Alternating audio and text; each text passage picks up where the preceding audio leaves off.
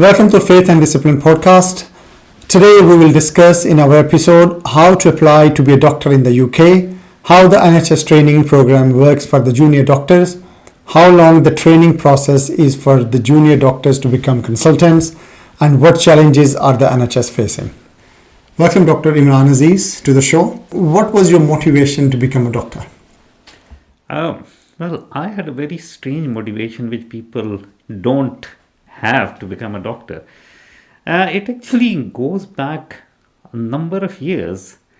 When I was about 10 or 11 years of age, I found out that my father wanted to become a doctor. So this was in pre-partition India. So at that time, there were Muslim seats, Hindu seats. That's how the seats were divided. And my father was, he studied in Government College Lahore, now it's called Government College University. And he got the merit to get into medicine in the King Edward Medical College on the Muslim seats. But my grandfather was a businessman, my father was the only son. So my grandfather's business was good enough that he was not able to manage, and because he was not able to manage, even my aunt used to come and help her father.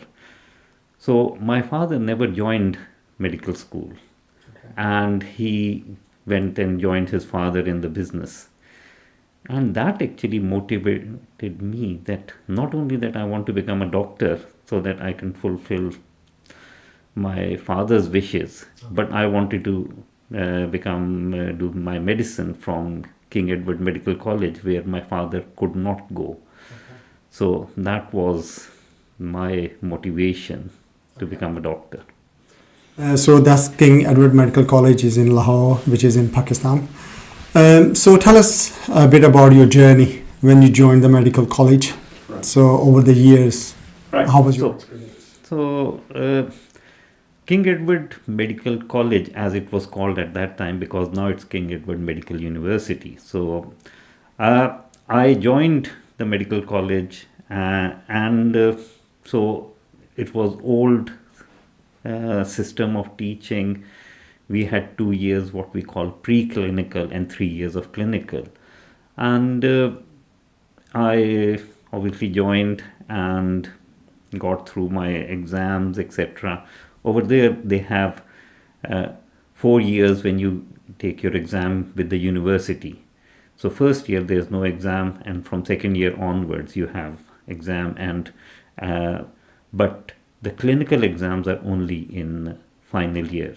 So you do a lot of basic sciences, etc., and which is a very different mode of medical education. And unfortunately, I should say that it's still being practiced over there, and which I don't think is needed in today's world.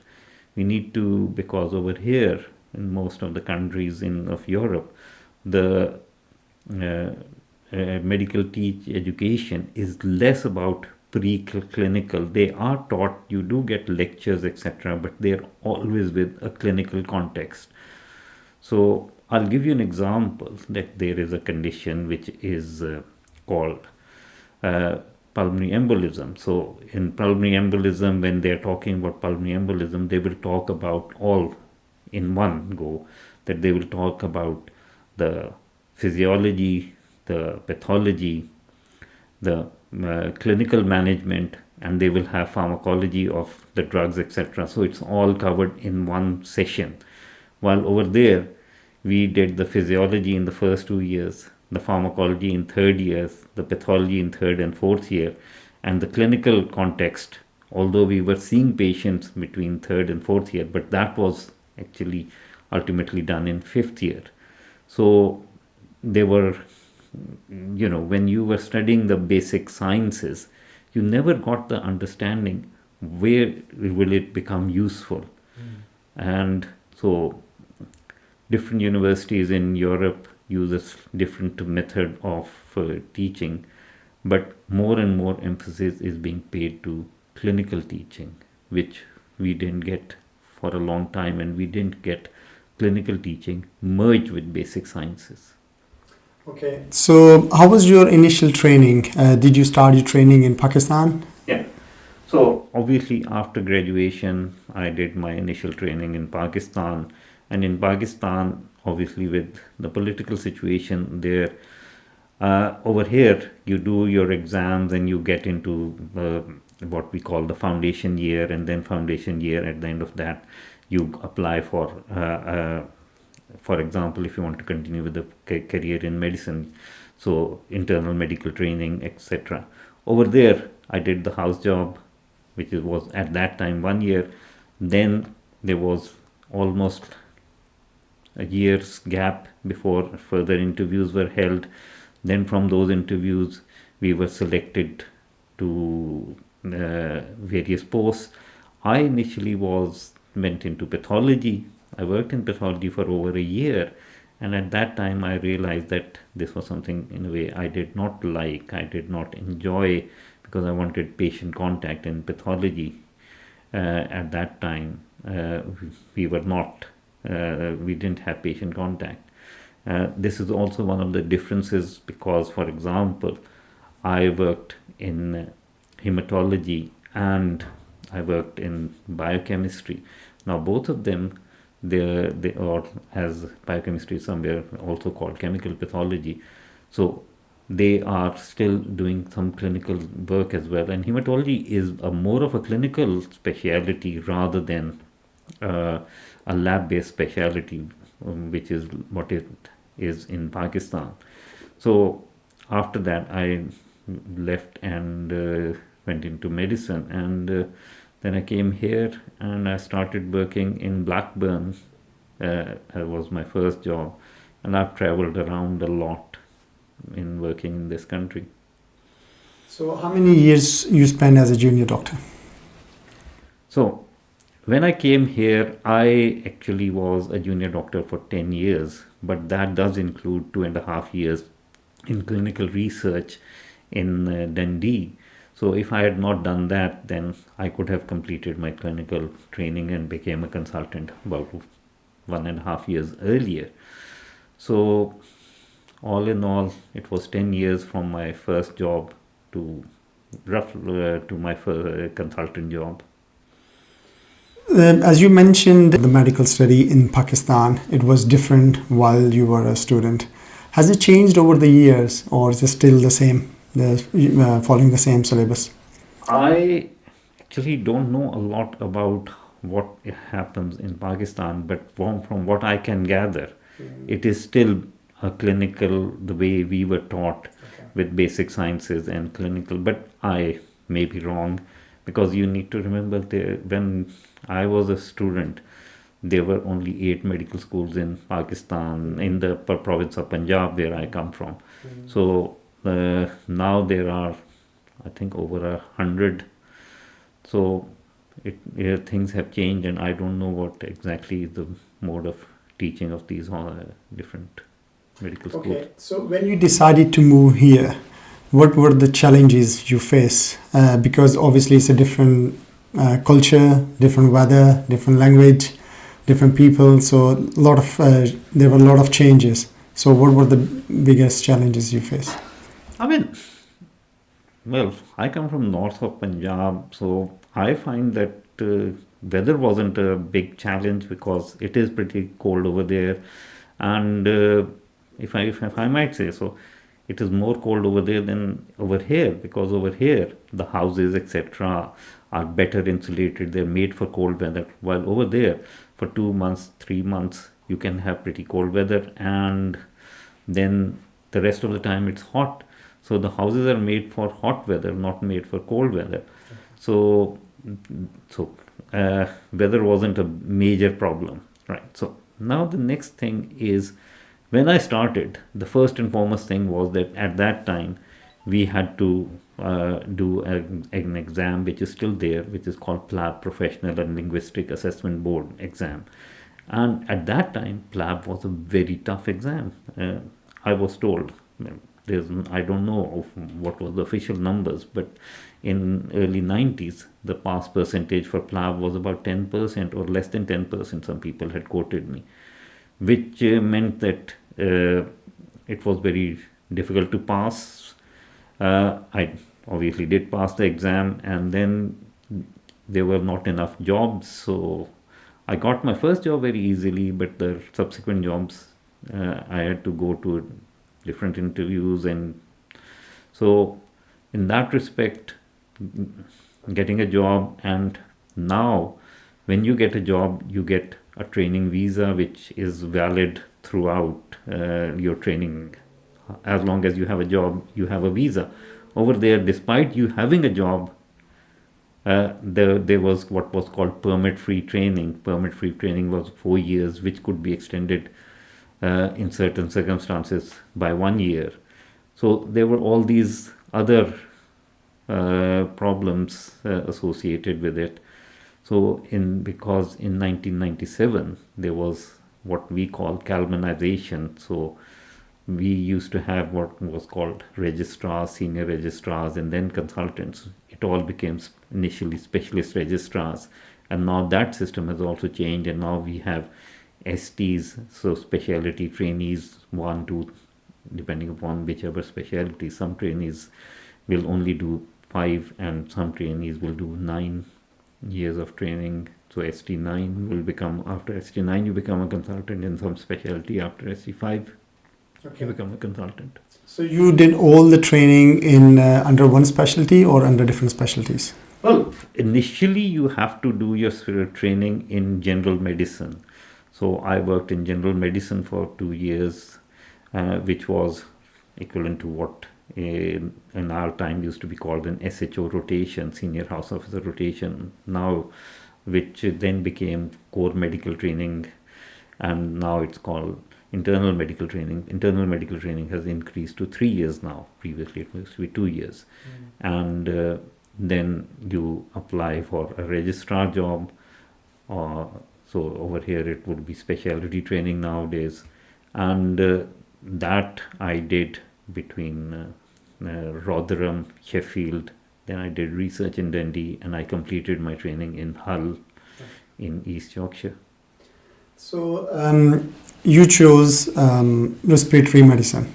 Why did you choose that? Was it just a coincidence, or you liked that? Oh, I was always interested in TB when I was even from medical school. So, and TB is dealt by a respiratory physician. So that was the initial motivation. And then when I went into the specialty, I found that it's a very nice clinical specialty. And so you have acute problems, you have chronic problems, you have major healthcare problems like pneumonia and asthma, and then there's worldwide healthcare problem like TB. So there's everything, and cancer obviously is still there. Yeah. And then when COVID struck, we were the front line dealing with COVID. Yeah. So yeah, it's a very good specialty. So how was your experience, when you moved from Pakistan to the UK? So how was the culture in the NHS? Were the seniors very supportive? Were the training well? Were you treated fairly? Everything was fine? Or did you find anything like you were struggling to kind of fit in? How was your experience? Obviously, at that time, the culture was very different. I must say that. And now I am a consultant in NHS, and I have so many colleagues who are from ethnic minority, from India, Pakistan, all over the place, and they are working in the NHS. When I joined NHS, at that time, the hospital, if you go to a hospital, if you look at the major specialty, there were never any non-locals there. The overseas doctors were in care of elderly specialty or A&E or those types of specialty where the core did not want to go. Local graduates didn't go. So I still remember I worked in Blackburn, then I worked in Blackpool, and then I worked in Rotherham. When I went to Rotherham, so my third job after working in NHS for about 2+ years, I met the first overseas trained uh, doctor who was a consultant in gastroenterology, who unfortunately I heard earlier this year he passed away, Professor Karnadev Bhardhan from Rotherham. So that was the first non-white, non-local trained, I should say. I wouldn't use the word non-white because my own boss was Dr. Basran, who was a non-white person, but he was trained in UK. So Right. So you became a consultant in early 2000s? yeah, I became a consultant in 2001. Okay. And so Right. I was. So you are a consultant since 2001. So it's nearly 22, 23 years now. So what was the biggest change from junior doctor to become a consultant? What was the change?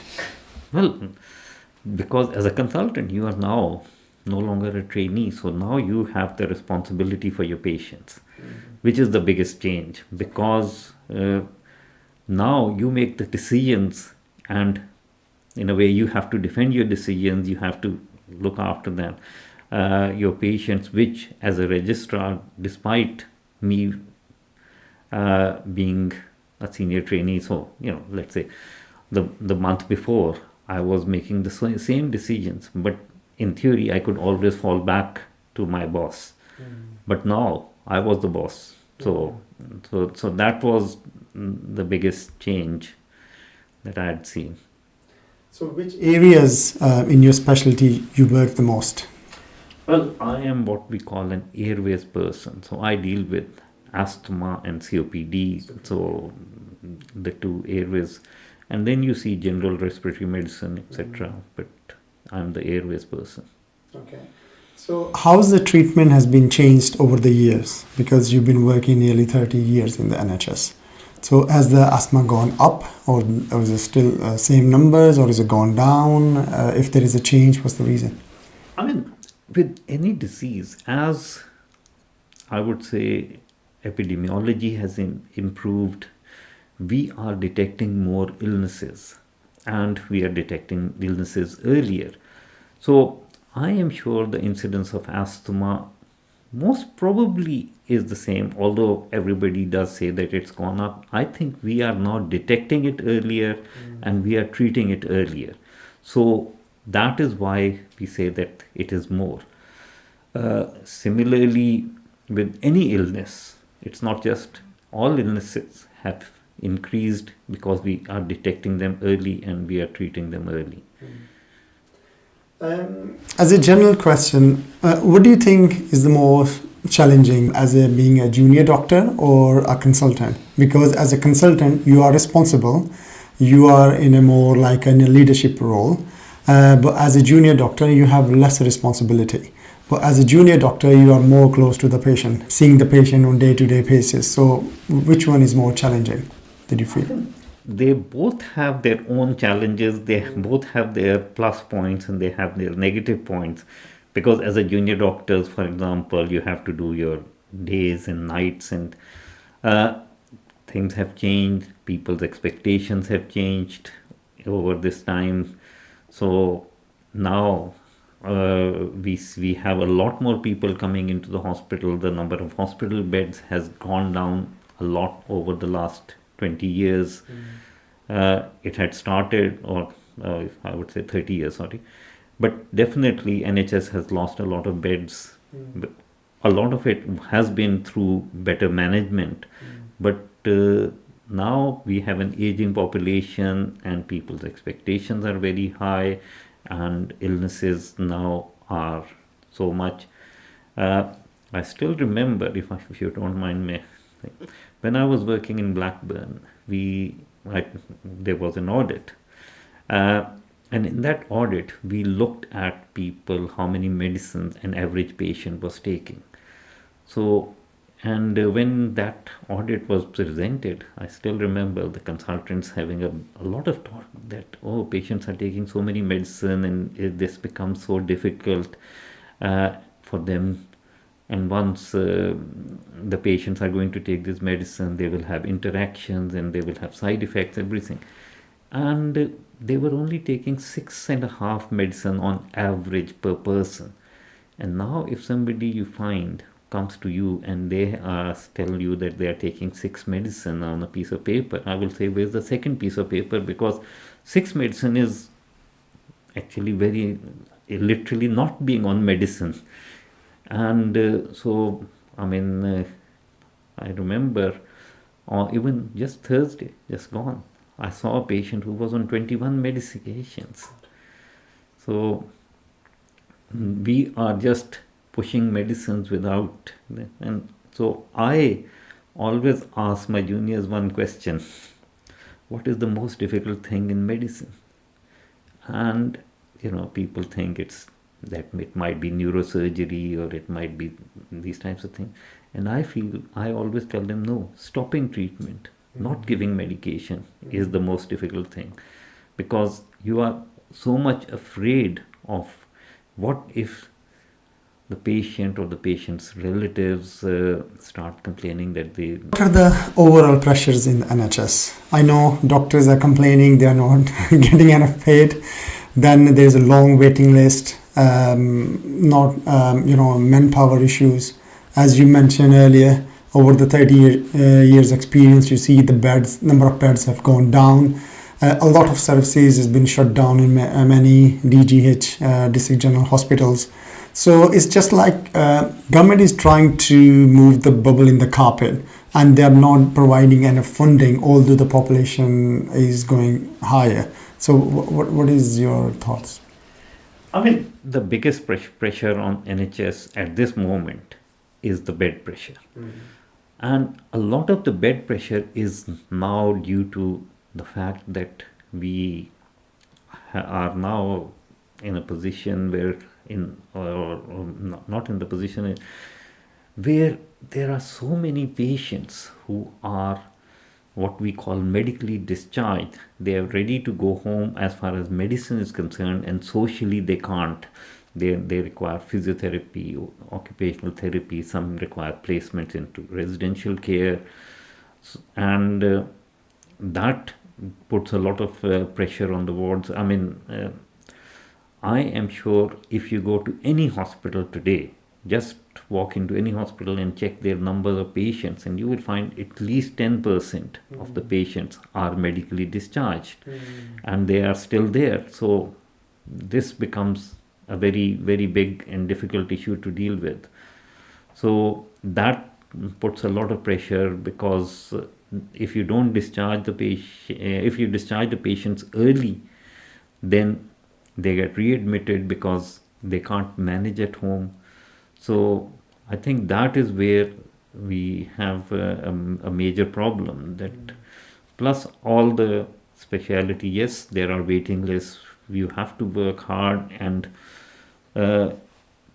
now everybody is becoming more of a specialist doctor. So the clinics, the number of patients you see in a clinic is going down, and there's not much control over it. So quite a few problems. NHS is trying improvement in the NHS. We are working on. I'm working on this project myself as well. Is where we're trying to find what is the reason, what are the challenges why the patient can't be discharged, because clinically they are ready for discharge, but they're still occupying a bed. What are your thoughts on role of the managers? Are they doing a good job with available resources? The problem in a way is that NHS is divided into primary and secondary care, and whatever everybody says, they are working independently. They do not work together as a team. Now, on Friday we had a grand round, and a junior doctor presented a case, and at the end he said that the patient was brought back to the same day emergency care to have some bloods done, and which is a very wrong way of dealing with it. Once the patient had been discharged, you should be expecting the GP, because now most of the discharge letters are sent to GP via emails. So they get the letter, and the patient still has to be brought in by the doctors to the same day emergency care. It wasn't an emergency, it was just to make sure that the bloods are improving. Now, in theory, this thing could have been done by the GP. But we know that the GPs unfortunately don't do it. Because they don't do it, we bring them to the hospital, which obviously puts a lot of pressure, because you have to say, okay, we'll keep the patients in for a couple of days extra because we want to make sure these bloods have improved. But if you knew that even if the patient goes home and we want these X, Y, or Z bloods, basic bloods, which can be done in the community, will be done, then you would discharge the patient earlier. But most of the patients who stay in the hospital are staying in because they are elderly, they are infirm, they have multiple comorbidities, they require physiotherapy, occupational therapy, they need social help, social support at home.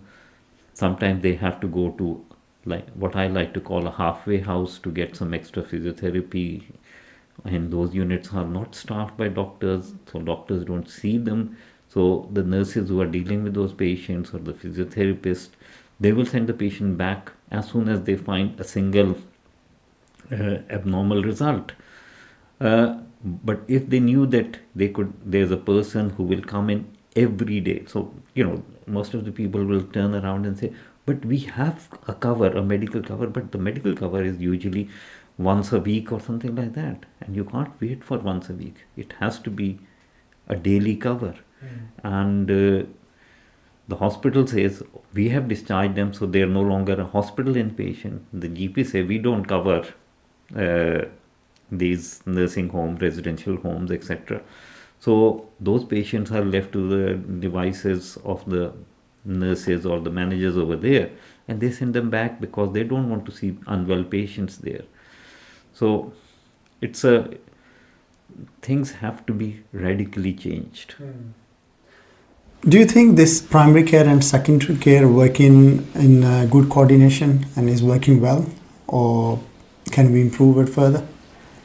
Well, anything in the world can be improved, right? That's the first thing. But in my opinion, the primary and the secondary care don't work together because they don't communicate with each other. So when my patient goes home, now we have what is called a GM-CR link. So Greater Manchester, I don't know what CR stands for, but where you could look at what a medicine the patient is taking from GP records, etc. And but the main thing is that when the patients are sent to you and they come in with their prescriptions, it is not uncommon. I would say literally every patient say, oh, I don't take this off, I don't take this medicine, but it's still on my repeat prescriptions. And so we are obviously not communicating with each other. And if you just think about it, even if it is a drug as simple as aspirin or paracetamol, there's a cost associated with it. There's a cost, there is potential side effects. And so I am sure NHS is wasting a very big portion of their drug budget on medication which the patient is actually not taking. They're just being pushed back every day, every month as a repeat prescription without somebody going through. If we look in the general public complaining, we are unable to get GP appointment on the same day. Unfortunately, some people have to wait for a week before they can see a GP. So do you reckon there's a big pressure on the GPs? They are not enough manpower and more population? I mean, the main thing is, you see, when you take a job, you have to, for example, if I'm a chest physician, so I can't say that I don't like people having cough. Well, I mean, sorry, that's part and parcel of being a chest physician, because a lot of chest patients will cough, right? Or if somebody is a gastroenterologist, that people will, they might have to do upper or lower endoscopies, and they say, oh, I don't like the lower end or whatever. I mean, I'm sorry, that is what you have agreed to do. So similarly, the general practitioners will say that the patient load is very high. I agree, but you took that on. I'm sorry, nobody put a gun to your head to say that you have to become a GP. You become a GP, you have said that my surgery is, I don't know, 1,000 patients, 2,000 patients, 5,000 patients, whatever, and you are supposed to look after them. So you have to. So in the hospital, we have that. The worst case scenario is you have an A&E, right? So the GP needs to have, I'm sorry to say this, something like an A&E in their surgery, so that every patient who has a problem, you have to then deal with the patient in such a way that the patient does not come back. If they don't come, if you have a problem which you can't solve, yes, the hospital is there for. But the important thing is, if the patient is not going to be seen by the GP, then they will come to the hospital, right? And when they will come to the hospital, then it is very difficult not to do anything, because, as I said, the most difficult thing is stopping treatment or not giving treatment, which nobody wants to do. So a patient comes in and you find that, for example, I'm a person who deals with asthma and COPD, as I mentioned. So patient with COPD comes in, he will always be short of breath, but they will be treated as they're having an exacerbation of their disease.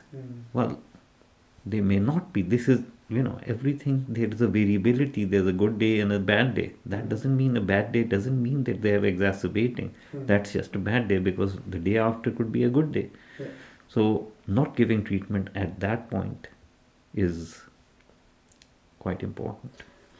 Don't you think the general public is suffering because the secondary care is pushing them towards the GP, like A&E only for the emergencies? But if they try to contact the GP says like, sorry, I'm too busy today, come tomorrow or come some other day. So if they can't wait that long, they run towards A&E. It's quite difficult for them, isn't it? Well, I mean, that is why I said that something major has to be done. There has to be a better coordination. And you need to also remember that the general practitioners, they are private practitioners. They are not employed by the hospitals. They are not employed by the NHS. So they have they will do what they feel right. But something has to improve. And because the issue we see on the news is always the hospital missed this and hospital missed that. But a person comes to the hospital because, I'm sorry, they couldn't get the answers, they couldn't get the treatment at their GP level. So that's true. So are you satisfied with the role of the managers? Are they doing well under current pressures and everything what's going on? Because they're more, because they're business managers. They're looking from a different perspective. But you as a clinician, you look at the patient from a different perspective. So do managers listen to the clinicians? What is best for the patients? Well, first of all, the managers don't see the patients. The manager talk to us, and we give them the issues which are raised, and they have, all the managers are given roles and tasks, and they have to meet their targets. And for them, the targets are more important than, because it's no longer a patient, it's a number. So they are trying to achieve the numbers so that they get more people seen in the clinics. There's as little delay, and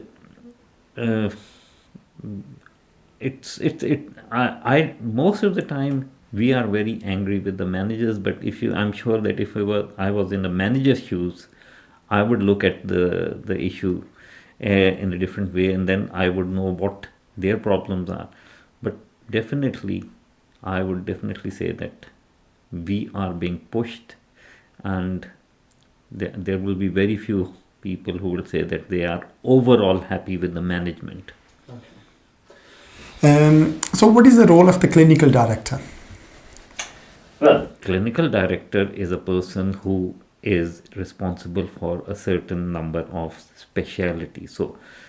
So usually a clinical director will be a person who who obviously is a clinician, but he would look after the consultants or the 2 or 3 specialties. So if there are any issues, so first of all you have the lead for that specialty. So I'm a respiratory physician, so I know that this person X is the lead for respiratory medicine. So any issues, I would talk to that person. If that person is not able to help, or he might say, no, this is a bit bigger problem, you have to talk to the clinical director. The clinical director could be a person who's covering, let's say, respiratory medicine and cardiology and gastroenterology, for example. And that's then you go and talk to them, and they can either sort it out at that level, or they will take it up further. A friend of mine who is also a respiratory consultant, he was telling me a couple of days ago, the clinical director has been to the meeting with the managers, and when he came back, he called me over and said, well, you guys need to do more clinics. So he was complaining like, we already under a lot of pressure, a lot of work, so it will put additional pressure on us. So eventually it will affect patient care. So is the clinical director is like the man in between the managers and the clinical staff? So do you think the job is quite tricky to keep a balance? Yeah, I mean, obviously, I do have in some interaction with the management, but I have, as compared to clinical director, I have a very little, because a clinical director, for example, when at the moment there are junior doctors or senior doctors strikes going on, so the clinical director has to make sure that all areas are covered, for example, because that's what the managers want. So their job is more difficult, because what the management want and what the clinician want is not necessarily the same thing. True. So That's true. So what do you reckon, what is the biggest challenge NHS is facing at the moment? And in your opinion, what is the solution? Well, I will definitely say that money is a very big issue, right? The money in NHS, because why are doctors striking? The strike is, or they're taking these industrial action, is because over time the salary of the doctors has gone down by 25 to 35%, depending upon what category you are. If you look at, let's use the word, the buying power, right? So although you might say that your salary has gone up, but it all depends upon what that salary can do, and that is why people are not happy. The workload pressure is very high. The junior doctors, they are not happy with working in NHS. So after the first 2 years, because those are essential, compulsory, you have to do your foundation jobs. So after you've done the foundation jobs, literally everybody is not applying for regular jobs. They are trying to go into either a locum job, or they're going overseas, or they're taking time off for whatever other reasons. So this thing is, people will say it is because of money. No, it is because they are not happy. The pressure of work is very high. And I used to do 48 hours on call, and believe me, in 48 hours on call, I used to see less patients, less pressure than a 12-hour shift the junior doctors are doing nowadays. I've been working for NHS from last 17 years myself, and every year there is a cost-cutting plan, and the pressure from the government, you need to save cost and be more efficient where you spend the money. So what do you reckon? Is it working? Is the NHS organizations are cutting the cost where possible, or they're just cutting just for the sake of it because government put pressure on them?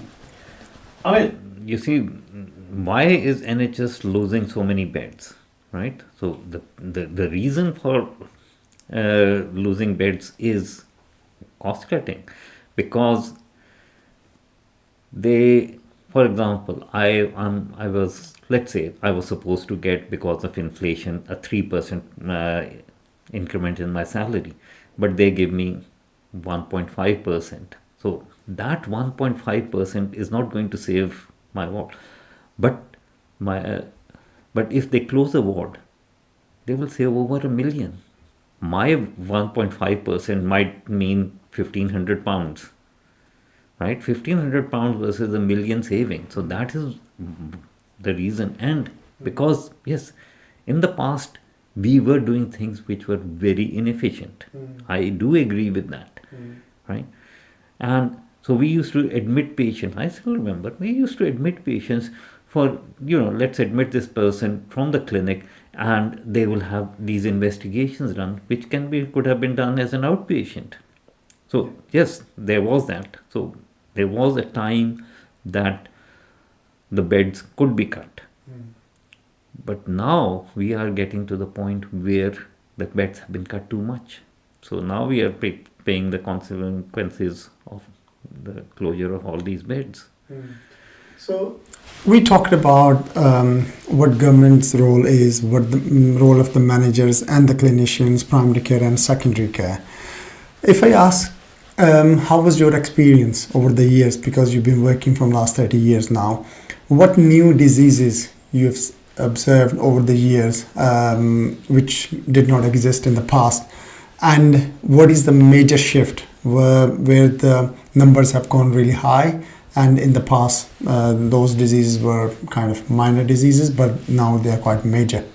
Well, I mean, the first new disease everybody will talk about, for example, a few years ago, and even now, we have the COVID epidemic. So we had the COVID pandemic, I should say, not epidemic, pandemic. So COVID pandemic, COVID didn't exist, right? If you go another 20, 30 years ago, there was AIDS, which came out as a new disease. So the rest of I wouldn't say that apart from that, a lot of new diseases are coming out. The main thing is now people are detecting more diseases, right? So people previously used to not diagnose COPD, right? I still remember in 1990s. Now a lot of the patients who are on who have COPD are on a type of treatment which is called inhaled steroids. So inhaled steroids, I remember we were actively stopping because it was felt that they didn't work, right? Then further research came and it showed that no, you do need them. So what I'm trying to say is that the importance of certain diseases has gone up, and in my specialty, COPD, the importance of COPD, which people thought, oh, we had managed it already and it's not an issue. Similarly, people said TB has been managed, TB is now decreasing, but with the world the way it is, people are coming in, there is TB has, I wouldn't say that there's a big resurgence, because most of the TB in this country is in people who are born overseas. So but again, it has to be properly managed. You have to keep a check on it. Yes, then there are so many new medication have come up which can increase the risk of TB. So a lot of my work, as I'm also a TB specialist, so a lot of my work as a TB specialist is to screen people prior to therapies. So things have changed a lot. So did you see any massive shift in numbers in terms of lifestyle diseases like diabetes, for example, type 2 diabetes? Coronary artery disease has gone quite high. Cancers have gone up. Do you reckon is because some of them is due to more diagnostics and others is due to lifestyle? Well, I mean, the single biggest lifestyle problem or which is causing diseases is smoking. Although smoking has gone down a lot, right? From maybe over 40% of men smoking to about 20% nowadays. But the issue remains that the damage which was done in the past, and those people are still alive who were smoking 30, 40 years ago. So their diseases will still be there, right? And now you might say, staying on the same subject, we have people who are vaping. So there's not a lot of long-term studies done with vaping. I'm sure there will be harm to it, but I always tell my patients that vaping is the lesser of the two evils at this moment. So if you were to tell me I will vape or I will smoke, I will always tell them that you should vape because smoking causes more damage.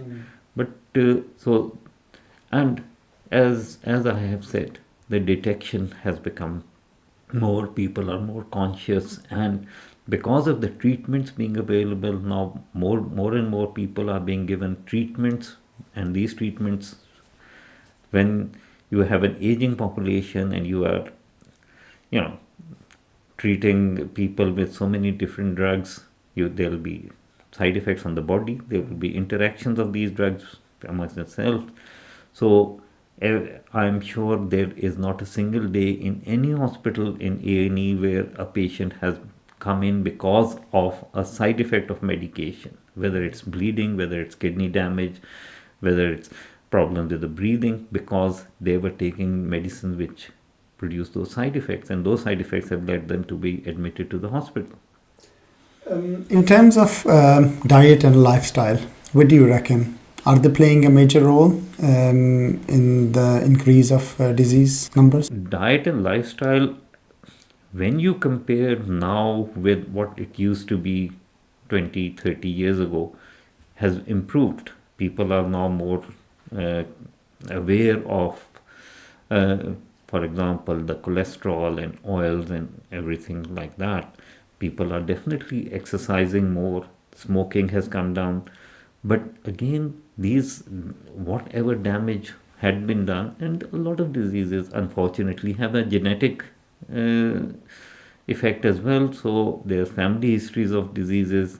And the other big problem is that we have a big difference between the morbidity and mortality in people who are from ethnic backgrounds, where we were recently at a meeting, we were talking about TB, and I mentioned that there was, in one hospital, there was a lot of problem that people were not taking their treatments and things like that. And I said, a lot of people unfortunately don't have English as their first language.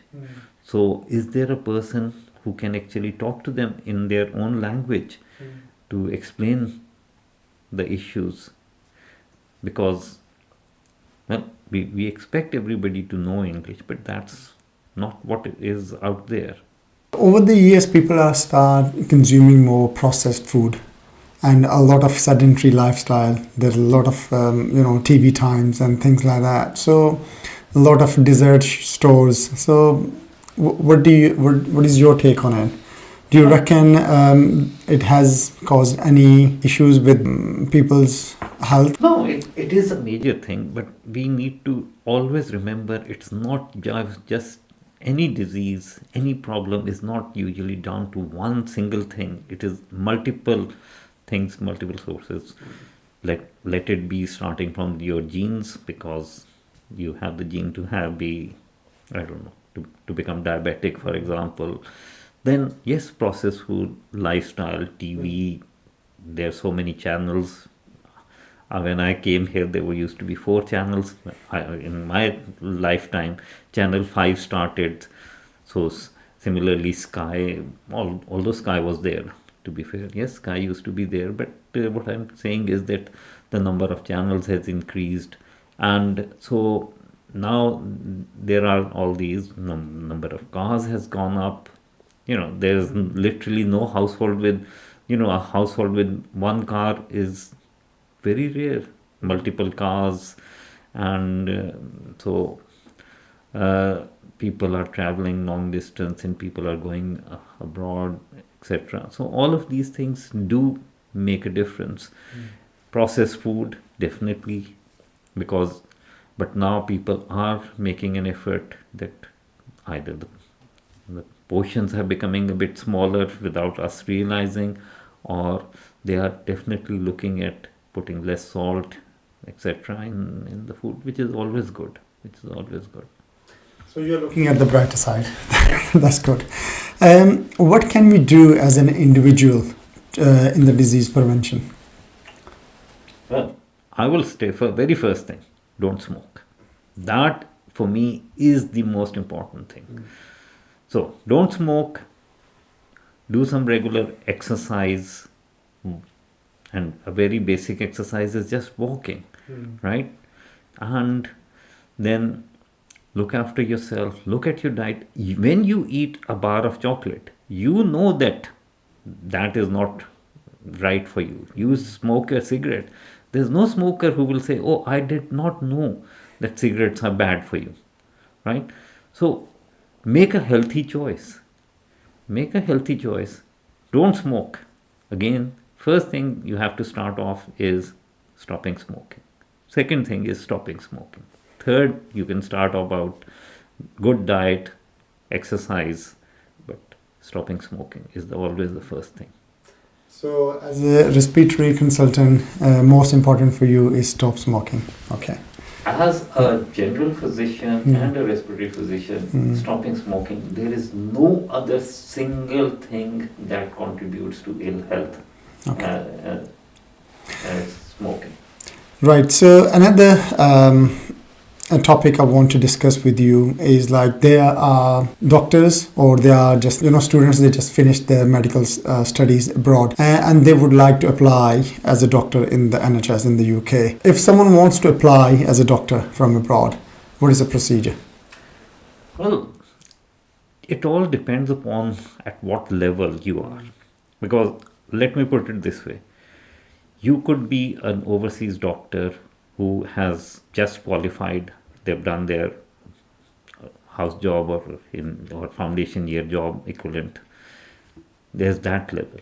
There are some doctors who are in training, right? And then you have senior doctors. So because even senior doctors come here. So the first and foremost thing is that I need to tell everybody that it is not cheap, right? So you will have to obviously apply for a GMC registration. So to get a GMC registration, you will have to do the PLAB exam, and PLAB has different parts to it, right? So that's your first step, that you have to make sure that you have the money, because that is the starting point. I'm sorry to say this, that is the starting. Get a visa, to get an exam, you have to apply to GMC for an exam, you have to pay the exam fee, you have to come here, you have to live here. If I talk about people from Pakistan where they might be earning 500 rupees, it's just a pound here, right? And a pound doesn't buy you anything. I know nobody earns 500, but I'm just giving an example. So it's and it's not exactly for 500 to a pound, but I'm just giving an example. Okay. So the first thing that you have to do is, if somebody wants to think about coming here, first of all, do they have the money? Because would they be able to come here, and then they will have to, if you are very, very lucky, you might still have to fund yourself for a place to live, a place to stay, which could be with family, so it becomes cheaper. But so ticket, visa, everything, at least for month, most probably you're looking at 4 to 6 months. So that is a start. And you have to be also aware that despite all this expense, you still might not get into the system. So first, make sure you have the funds. Second, you apply to the General Medical Council on their website, apply for the PLAB exam. You do your exam. If you feel that I am that good and I can take the part 1 of post-graduation exam, whether it's MRCS or MRCP or MRCOG or whatever specialty you want to do, you can try and take those exams, right? The next step is that you should apply for a clinical attachment. Now the problem is, out of so many different trusts in this country, very few are still giving clinical attachments. I work in Wigan, and Wigan is one of the places where clinical attachments are being given. But I get my friends calling me that they are doctors, but they can't give a clinical attachment because their hospital is not taking on it clinical attachees. So get a clinical attachment, then you know how the NHS system works. When you complete your clinical attachment, then you apply for various jobs. And you might have to start off with a locum job. You might have to start off with a job which is what is called a non-training job. But ultimately, if you work on it, you persevere, you will most probably get into the system. And I will always say one thing: there's always space for the best at the top. There are good points. So I was talking to about the basic thing for a person who's going to apply for as a junior doctor, whether you are just out of house job in Pakistan, for example, or India or wherever, or you have done some level of training, right? Then there are the College of Physicians and Surgeons in Pakistan. They do like a training program which is run with the Royal College of Physicians and Royal College of Surgeons. You can apply through that. Then you have the Royal College of Physicians have what is called an MTI, Medical Training Initiative. Then there are certain universities who do master's degrees in medicine and surgery. You can apply for that. But those master's degree, you need to think about again. You come here, you have an interview process. Those masters, most probably you are looking at least 10 to 15,000 pounds. You have to pay for fees, and then you get a job, and the rest of the fees are paid through your job income. But so there are these ways. Now, if you are already a consultant there and you want to come here, again you have to apply to the GMC. You have to be able to get your registration to the General Medical Council. You apply based on your experience, etc., that you could be put on the specialist register. If you are on the specialist register, you can come here and join in as a consultant. But again, you need to always remember, English is very important. Learning English is very important. And if somebody wants to come and work in NHS, may I suggest from today they start talking to your family in English, and even in Pakistan, or the junior doctors here who come here and who are applying for jobs, etc. Start talking in English. Start thinking in English. That is one very important thing, because a lot of people fail on their language skills. And it's very important when they're interacting with the patients, they need to understand their needs. They need to communicate well. If they can't do it, then obviously it will be hard for them. Right, that's a good advice. Government is planning to start apprenticeship scheme from next year. What is your opinion on that? Do you think it's a good idea? Well, I think these are the things that the government hasn't thought hard about. I know that the government is going to say we have thought about it and it's been discussed with the General Medical Council, etc. But you need to remember, the people in the General Medical Council are not on the shop floor. They are not at the basics. And on one hand, because you need to remember, Britain has a population of roughly about 70 million, right? So out of those 70 million, you need a certain amount of doctors or physicians. And we are training doctors. The number of seats in medical schools is going up. So you're trying to train more doctors. Then we have physician associates. Then we have advanced clinical practitioners now being trained to take up their job. So ultimately, they are trying to make too many things in one go, and ultimately, not now, maybe in 10 years' time, what will happen is everything will come to fruition. And so now we have a lot more doctors, we have a lot more physician associate, we have a lot more advanced practitioners, and the number of jobs again has to be paid through NHS budget. So yes, they will help in the short term, but I don't see it being a long term solution, right? That's my view. The second thing is that we don't know what these apprentices will be allowed or will not be allowed to do. And when you consider that a medical doctor has to receive certain amount of training, etc., and then they can do a procedure, whether medical students or junior doctors, etc. So we don't know what these will be doing.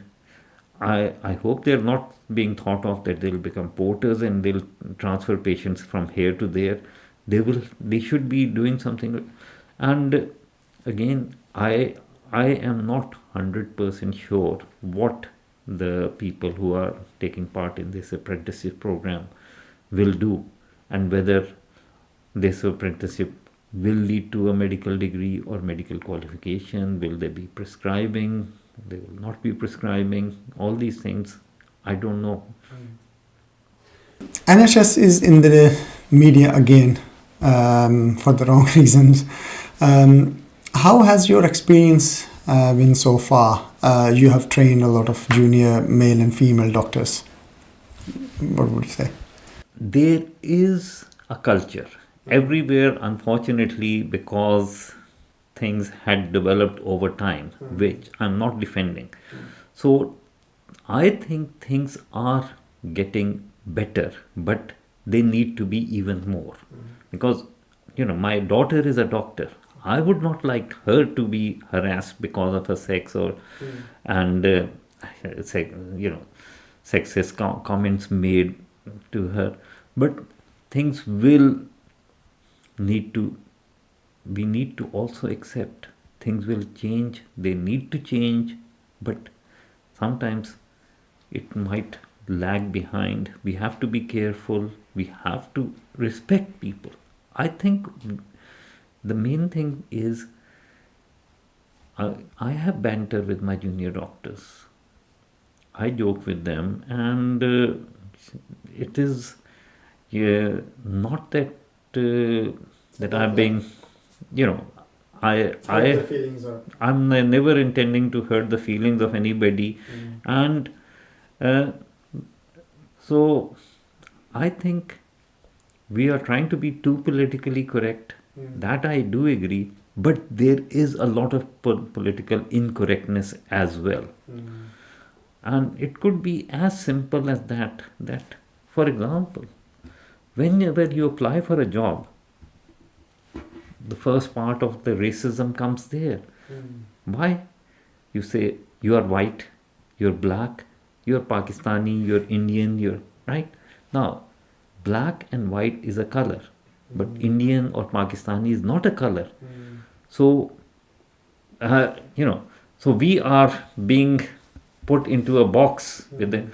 And similarly, everywhere they have BME, Black Minority Ethnic Organization, whether Black Minority Ethnic Police Association, etc. Now, what is black? Black is a color.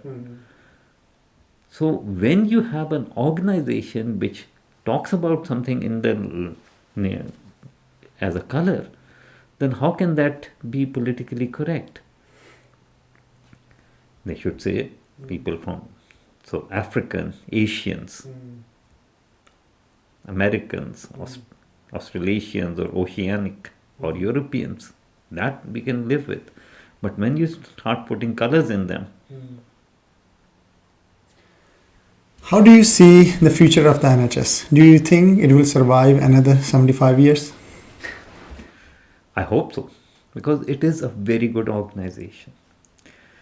It is one of the few organizations which is free for everybody in theory. The other important thing is that because it is not your buying power that gets you anything in NHS. Therefore, it should be that it should survive because all people have equal right to healthcare. But I know that unless our NHS changes, things will become very difficult for it to survive. That I can say. The government, to be fair, they are not in the best position. Obviously, the inflation, the cost of living has gone up, and so, and now there are strikes, not just by doctors, and there's nursing strike, there was train driver strikes, teacher strikes, all these, because people are not happy, people can't afford things. And amongst them, one of the biggest has been the housing. If you have a house and you know that I will be able to afford a house, people will be happier. But at this moment, I remember reading about a school teacher saying that I will never own a house. I am a school teacher in London, and there's a garage which was sold on the street that I live for what would be my mortgage based on my 4 times of my salary. A garage is being sold for that amount. So how do you think I can afford to live in a house? Exactly. Final question. What is the future of healthcare overall in the coming years, with AI or without AI? I mean, healthcare again is going through change. Amongst a lot of things, there are new medications which are coming in, no procedures coming on. We have ultimately an aging population. That is the main important thing. When you get to a certain age, well, when your car is of a certain age, it will have problems with it. Similarly, human body, unless until we can come up with some very dramatic things, which I don't see. So, people will have a lot of what we call degenerative illnesses, and we need to start making sure that from that level of school children, we teach them, again, I'm going to say it, not to smoke. That's the first step. They need to be active, they need to be given the opportunities, they have to be given a healthier lifestyle, and that has to be the main issue. If we start off later, once the diseases have already started or people have become addicted to tobacco, it's very difficult. Tobacco is an addiction, right? Cigarettes are addiction, and it's worse addiction than other things. And obviously medication, we always need to remember, medications has side effects, and it can cause a lot of, unfortunately, deaths. So we have to be careful. And yes, artificial intelligence will come on. The future of doctors is going to be different from what it is now. What a doctor will do I don't think it will change a lot in 10 years, might not even change a lot in 20 years, but definitely in 50 years, a doctor will be a different. Doctor might be a machine. Might be a machine. We don't know. I hope not. Okay. Because there's a human touch. You need that human touch. Definitely need the human touch. Sure. Thank you very much, Dr. Imran Aziz, for your time. I believe the information you provided, our viewers will find very useful. Thanks for coming. Many thanks for watching this episode, viewers. If you found this useful, you can share with your family and friends. If you haven't already, make sure to subscribe to this channel. Thanks.